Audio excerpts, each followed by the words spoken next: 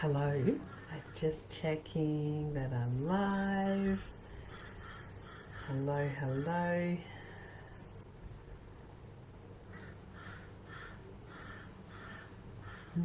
Now, I'm so very excited. Let's get edgy. The title of this webinar, this pop-up live, is The Martyr and the People Pleaser. And this is going to be edgy. So brace yourself. Now we are in Aries season. We're just post eclipse. There is so much alive and so much moving. I am pretty sassy and fiery most of the time anyway, and it's really being amplified now. So I wanted to come in here, look, no excuses on my shirt. I wanted to come in and talk about the martyr and the people pleaser, and anything else that weaves in to the conversation. I have had such a big and powerful week, month, year, but a really, really big week. And so make sure you let me know if you're watching live. Say hello and let me know that you're here. So I've had a massive week and I've had some really big, deep conversations. And so I'm going to stay on track. The intention is to speak to the martyr and the people pleaser and share with you the intention to dissolve those patterns, to create liberation, to have freedom for yourself. And I wanted to preface this with, remember that everything that I share is actually from a place of love and devotion to the collective, the raising of the collective consciousness, the uplifting and the rising of the collective consciousness. I have fully come to terms with that I'm actually not here for the friendships. I'm here for the transformation. I'm not here to make you comfortable. I'm here for the transformation. I'm not here for you to tell me that you like me and for me to smooth things over. I'm here for the transformation. And sometimes that transformation, a lot of the time, the transformation is uncomfortable. We have to look at ourselves and be with the things that are uncomfortable. Now, I share this with you as a demonstration of what is possible. So I have got beautiful, dear friends and clients and people in my community who have shared that they have been very triggered by me. And I've been triggered, I get triggered by people too, and I know how to hold it and how to own it and how to navigate through those experiences. And so I have had friends and clients share with me that I've triggered them. Now, I don't intend to trigger, I intend for transformation. And so I hold that space and that responsibility like my life depends on it. I hold that fiercely. And I'm going to continue to speak to your highest vision, exactly like my mentors have done for me, exactly like they have continued to do for me. And so I'm going to call you out on your playing small stories. I'm going to call you out on where you're holding yourself back. I'm going to raise it with you when you're being a victim, and I'm going to bring it to your awareness when you're being a martyr.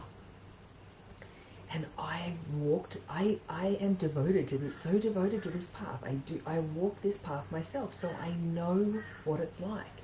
I walk it myself and I facilitate and hold others through their experience of doing the same.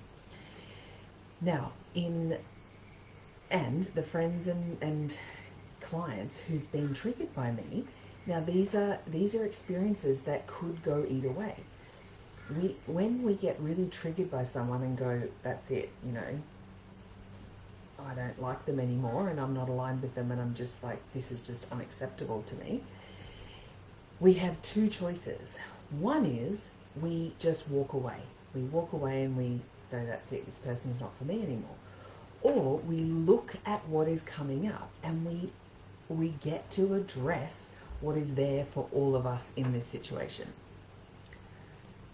And so there have been times where I have leveled up in my leadership, in my coaching, in my mentorship, in my facilitation, and in my courage to facilitate the transformation, my courage to let go of the martyr, let go of the people pleaser, let go of this obsession to be liked, and be a stand for your highest vision and my highest vision and the highest vision for what it is that we're creating. And I have had people that I'm in close relationship with me say, do you need something? Because you're in the camera.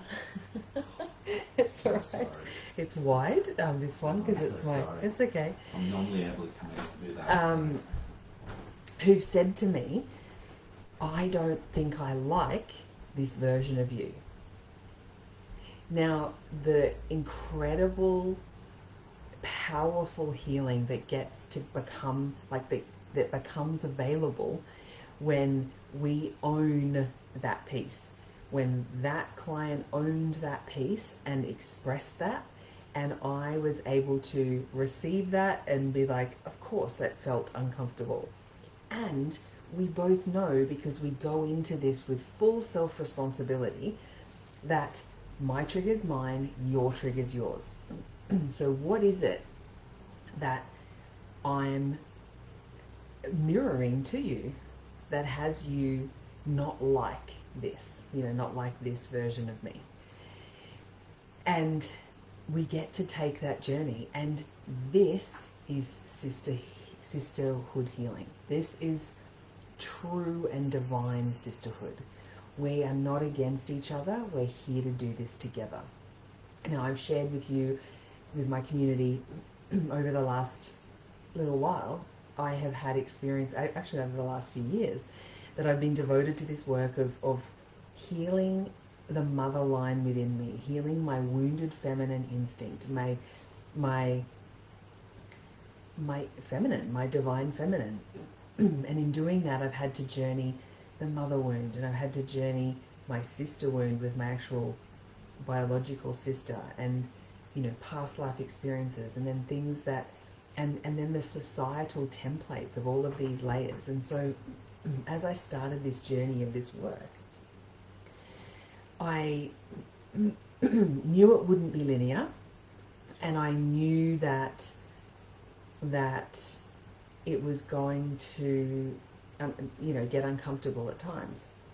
Nobody wants to be rejected. We don't willingly walk into painful situations. We don't want to be hurt. We don't want to have our heart broken. When we have a wonderful relationship with somebody, we don't want it to end, and sometimes it has to, for our evolution and for their evolution. And so the profound healing that gets to take place when both people are self-responsible is that you overcome, you go through the rupture and then the repair. And every time you do that, exactly like when the body heals, when the bone breaks, ruptures, and then it repairs, and it will never break in that same place again. It's so strong, the way the bone is re-knitted together. And so it's like that in these relationships. So instead of walking away and going, I'm not going to deal with this, like I've got standards and I'm not going to go there with this, we can actually do this for the greater good, for our greatest healing, and for the healing of every other woman in this experience. Is that we can do this powerful light work. This is what a light leader is. This is light leadership.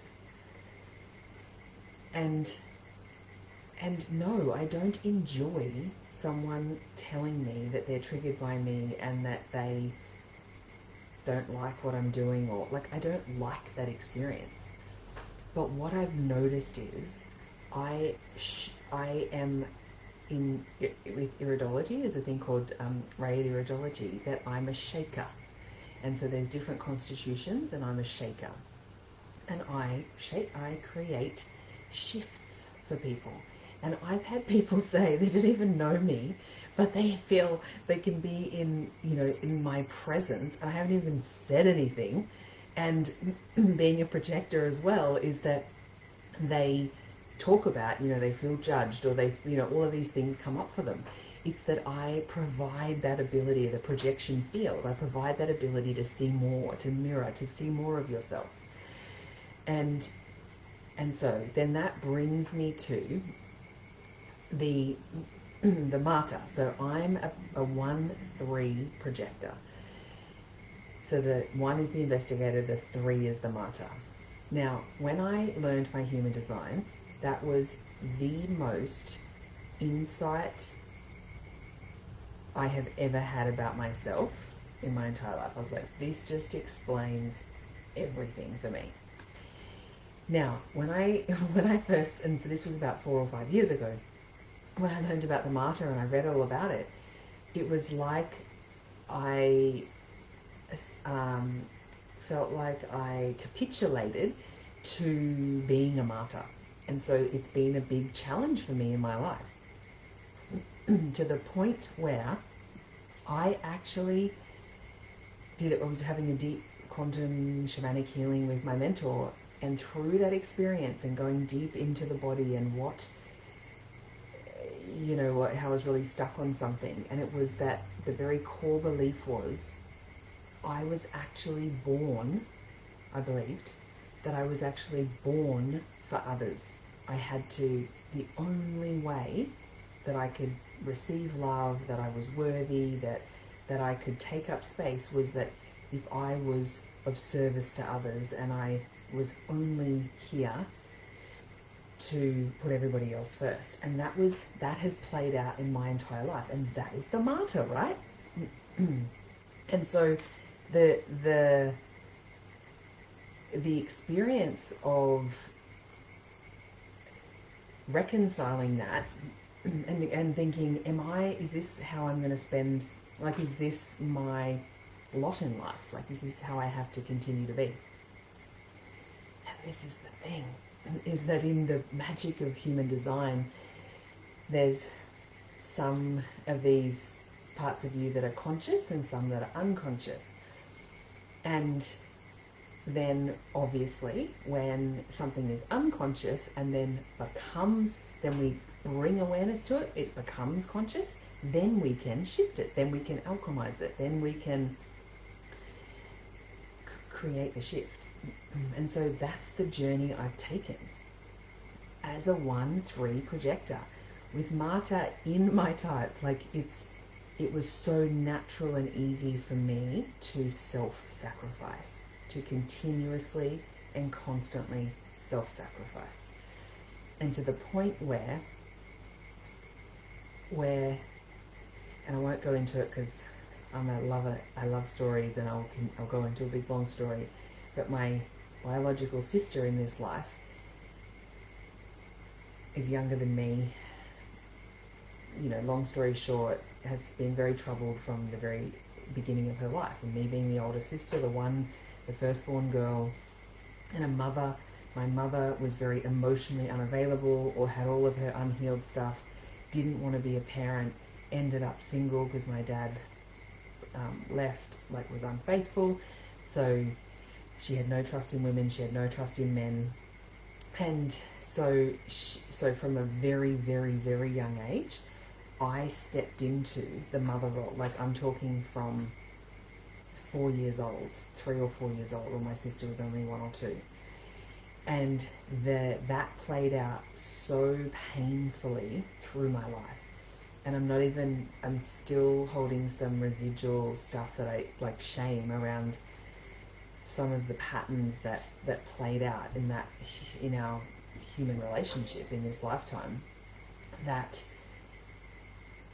it was just so deeply hooked, the Martyr. I literally felt like it was my responsibility, because my parents, my dad is still alive, and he just threw his hands in the air. He was like, it's not my responsibility, like, and literally just doesn't even care. And my mum has passed away. And so even through when they were alive, they didn't take any responsibility. So I continuously took on that load, that mental load, and that responsibility for her.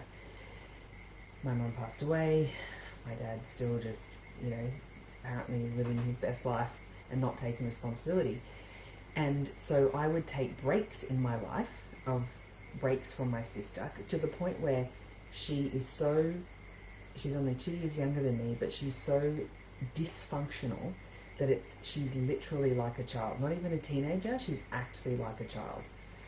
And so and it became worse, because she had the freedom of an adult, but she acted like a child and made decisions like a child, and it's just been really challenging. So the Martyr in me was completely hooked in this codependent cycle with her. And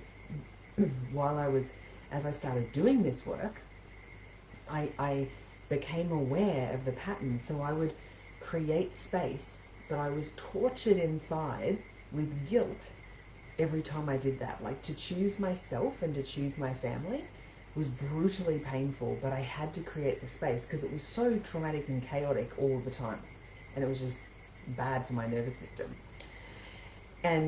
But I didn't have peace inside me, so I still was playing that martyr. I was still in that codependence. And over the last 18 months that I refer to all of the time, this deep DNA shifting that I did, the deep cellular work that I did, and I'm talking the depths of the depths. Like, I think I cried like bone deep processing probably every second week for the entire time. I remember thinking, really, is there that much? But I was transmuting for my sister. I was transmuting for my mum. Oh, I can feel it right now. I feel this massive wave of emotion. And thinking, is this really what I have to do? Is this really what it takes to set yourself free? And now, of course, when you're doing your marketing, you can't say to people, come into the depths of the depths of the depths to set yourself free. It doesn't sound very appealing. But as we know, as we dance with the darkness, this is the thing with the divine feminine, is that she is all of the things. She is the light and the darkness. And your willingness to dance with it all, is the freedom and magic are on the other side of that. And so, and you may not be a person who has to transmute in this way. Part of my mission is a light leader, like that is part of my mission. And so I do a lot of transmuting for the collective. That's part of the mission for me. And so in this journey over the 18 months and just doing this deep work, that I had the intention of breaking the shackles, of setting myself free. I traversed previous lifetimes. I traversed all the things of this lifetime. I did it all. That's why now, as a facilitator, I'm unafraid. I can hold it all. I can hold you through the crumble. I know what it's like to walk through the darkness. I can take your hand and we can do it together, because I feel like I've been to the pits of hell and brought myself back to a place to transmute all of that for the light, to hold more light, so that the light can communicate between my cells, so that I can be in my radiance, so that my cells have their luminosity. When the cells have their luminosity, there's coherence. And so what happens is that when you do that,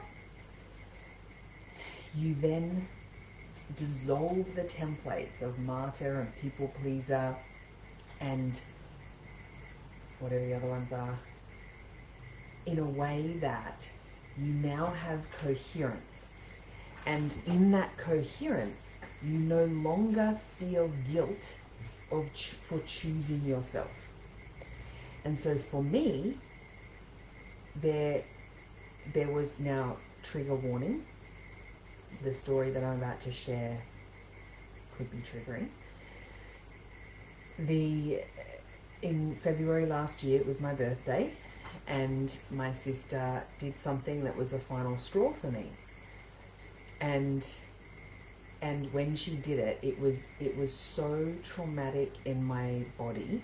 The experience was so deeply disturbing, the thing that happened, and I sat with it, and this was it. I was like, this is it. I am a no for this. I don't care who you are. I don't care how many lifetimes we've traversed. I don't care how a lot, what you've said about you think it's my responsibility. This is just a no. And I made the declaration, I did the energetic clearing, and I said no. And for the very first time in my life, I was set free of the inner torment of making that choice for myself. And she used to manipulate me by saying, knowing that I'm here for the healing and the devotion and the humanity and the family is my highest value and connection and love and all of these things. And she'd just say to me, you're a fraud, you're not unconditionally loving.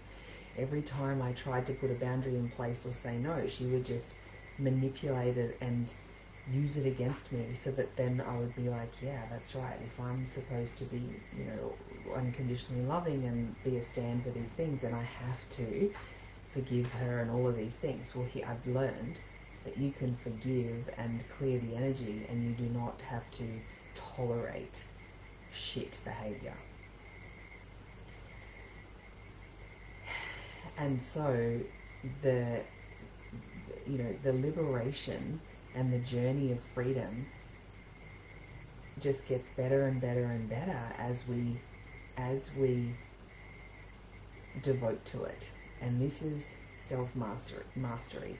This is freedom. This is liberation, because of the deep inner peace and unity within.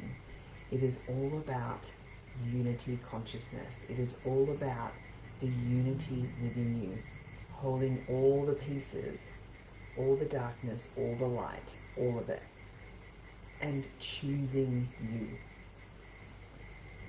And knowing that it doesn't matter that they're family. It doesn't, you are a sovereign soul. And this is the most passionate work that I do, is the journey to sovereignty, is the dismantling and dissolving of the layers of the shackles, the masks, the conditions, the patterns that keep you locked into being a slave to something. And this is about liberating yourself from slavery. A slave to the feelings, a slave to the family, a slave to society, a slave, and these layers of control and conditions, and that create disconnection and absolute mayhem within us, are all programs. They're all matrix programs.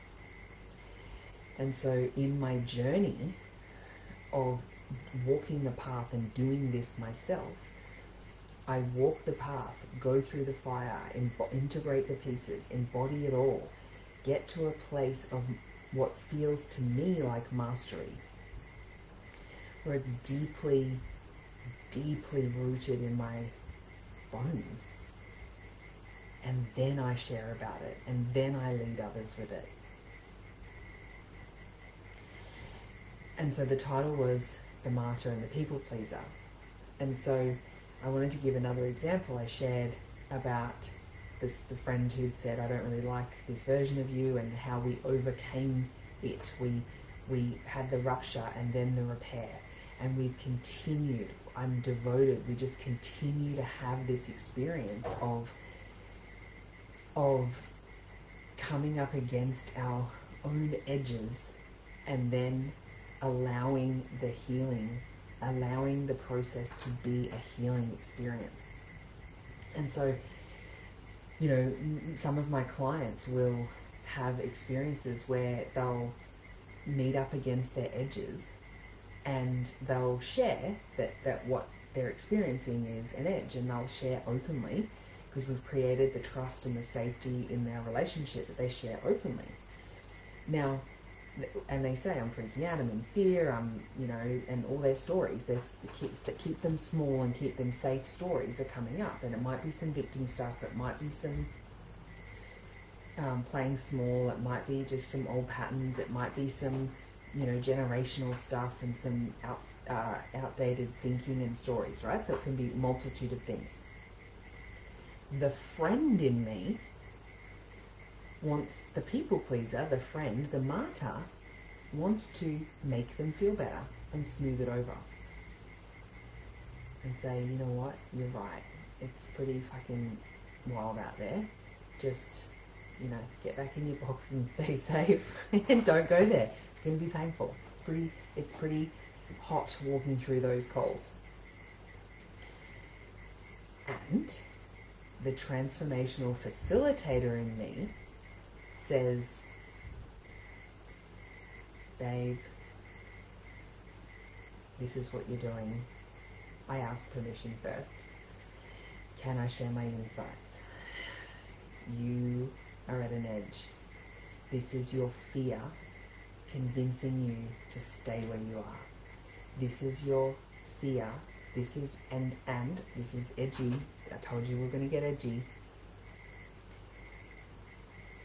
This is your victim story. This is your suffering that you are addicted to. You get a kick. There's a book called Existential Kink that will explain this. There is a payoff to you staying connected, like keeping.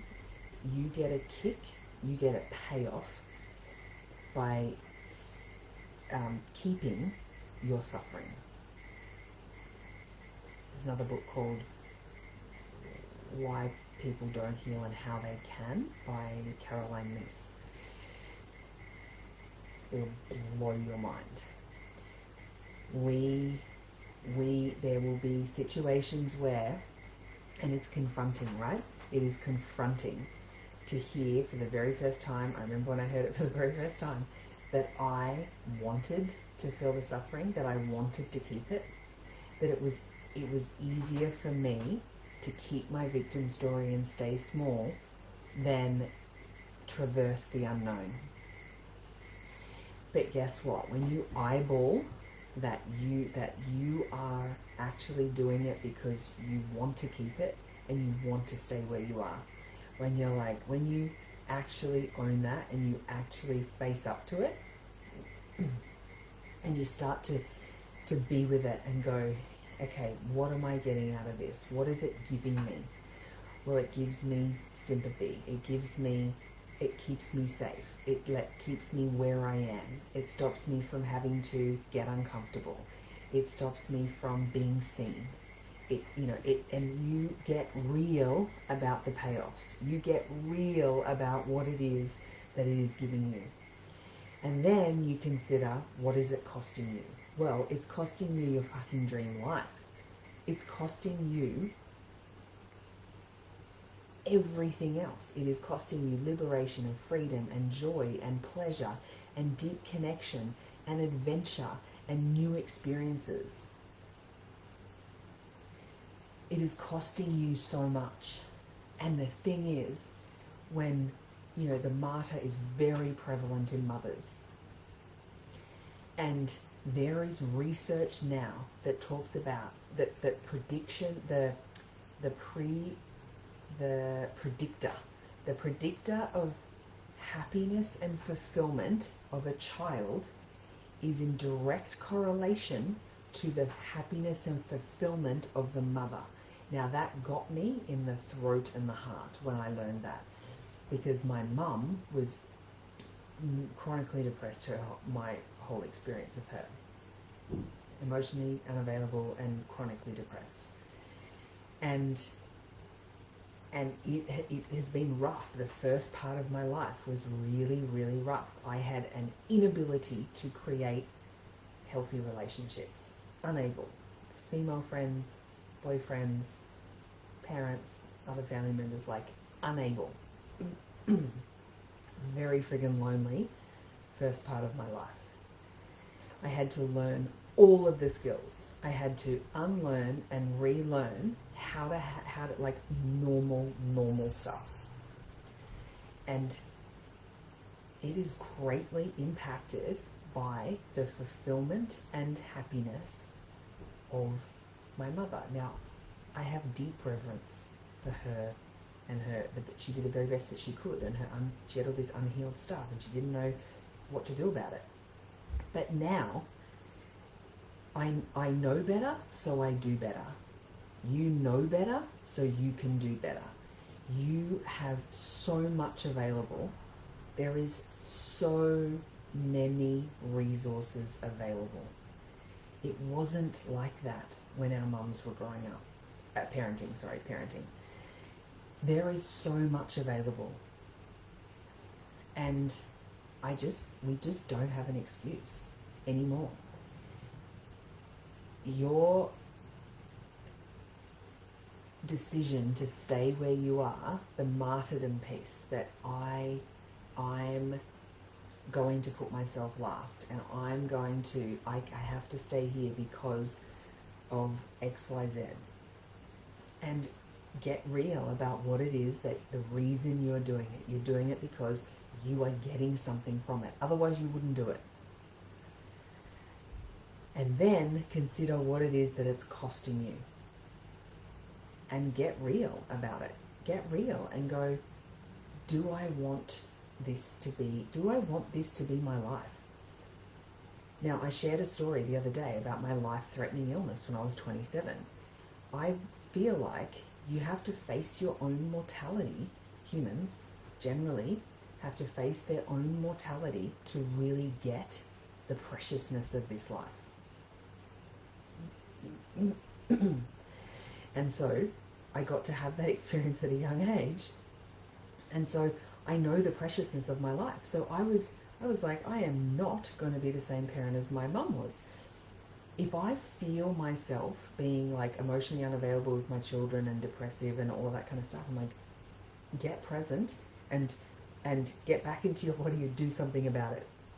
I am so consciously aware about what it is that I'm doing and how I'm showing up.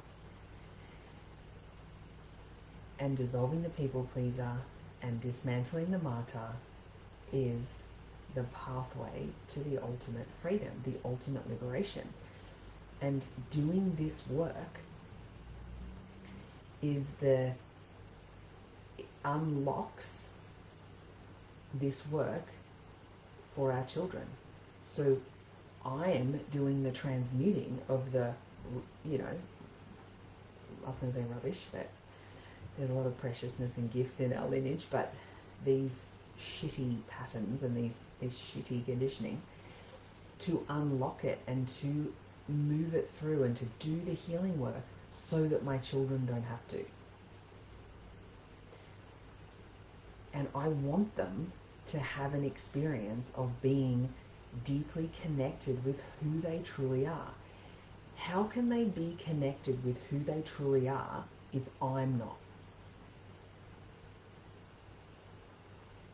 And so in my devotion, I know that it actually serves myself, it serves my children, it serves my husband, it serves my community, it serves my clients, and it serves humanity for me to put myself first, to resource myself, to devote myself to this work. And so I'm calling you forward. I'm calling you forward to say enough is enough. It's time to claim it all. You say that you want things to change. You say that you are ready to have things be different. If that is really true, and if your why is really your why, the only thing that demonstrates that that is true is to move your feet, is to take action, is to do the thing. Now, I'm not talking about, so Rome wasn't built in a day. Okay, so it doesn't change in a day, and you don't do some, it's not some big, huge, enormous thing all at one time. It's 1% every day. It's tiny steps every day, but it's steps in the direction that you are going. What do I want to create, and where do I want to be? Now, look around. Are my actions in alignment to that? Am I sowing the seeds of the big vision that I'm creating? And so I'm kind of done with the stories of playing small and of procrastination and of not doing the things. Like, there's just no other way around it than to do the things. There is no other way than to take action. If you are going to create the life that you want to create, to share your gifts with the world, to walk the path to divine peace and harmony, coherence within your body and soul, you actually have to do the journaling. You have to do the embodiment work. You have to show up and do the reflective exercises in the classes. You can't just watch and passively observe all of the things and hope it shifts, because it doesn't. It doesn't shift until you move your feet. And one final thing is that the key to creating profound shifts is relationship, community, and intimacy.